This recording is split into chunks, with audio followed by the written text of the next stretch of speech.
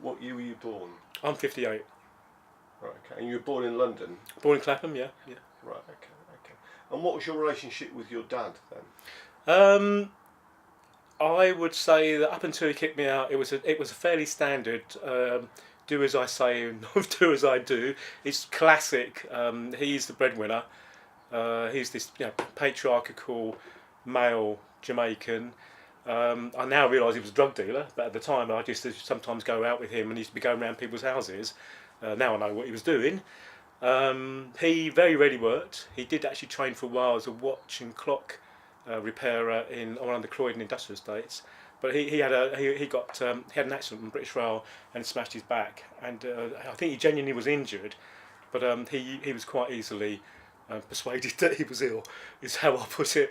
So, for example, he would have the main meal, and we'd have whatever was left. So, for example, if there was meat, and there wasn't often there was meat, he would have the meat because he was the man, he was the breadwinner.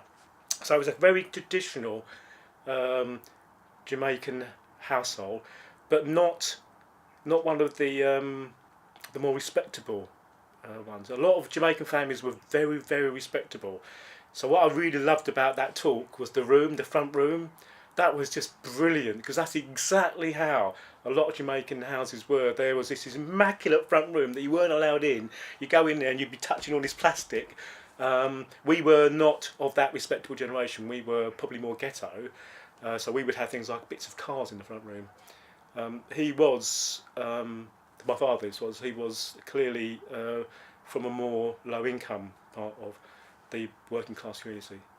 So what you're saying, do you feel that the sort of social divisions that there were in Jamaica in a way were reproduced in London? I think they were reproduced and they were also then changed. I think there was a really interesting interrelationship between black and white culture. This is only my experience, but my father was fairly good at making relationships with white women, and that clearly had an impact because that led to contact with lots of white men.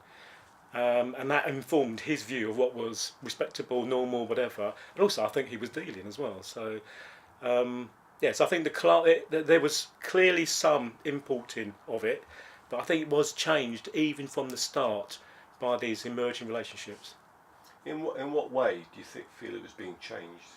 I think some of the more when someone from Jamaica came over, you knew there was difference, because you had actually integrated to a degree. And certainly I think those people who went to places like these big white house estates, and as my understanding, I've talked to other people from England who had more integration possibilities, there was more of the adoption of what I would call the white culture.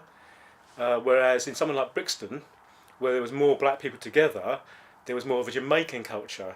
And that's what I meant about the beefy thing. So yeah, and I think that is almost like a wave or bubble of, Brixton's a start, that's the start, but actually different people moved out, some through design, there's a natural desire for some people to get on who want to get on. I think the state had a lot of it indirectly through the council housing policies.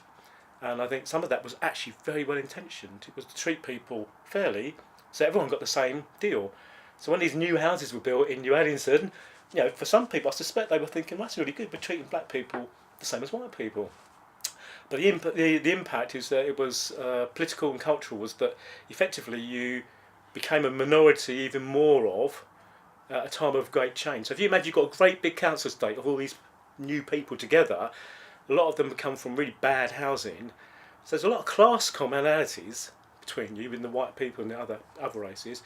So you had something in common. So there's a degree of integration, and I think also the kids. We went to these schools. We didn't know what Jamaica was like. Didn't have a clue. Didn't have a clue at all. And even when I met, young men who came over from Jamaica, they were principally men. I never used to meet that many black women who came from Jamaica at that time. They were different to start with, until they started to either affect us or we affect them.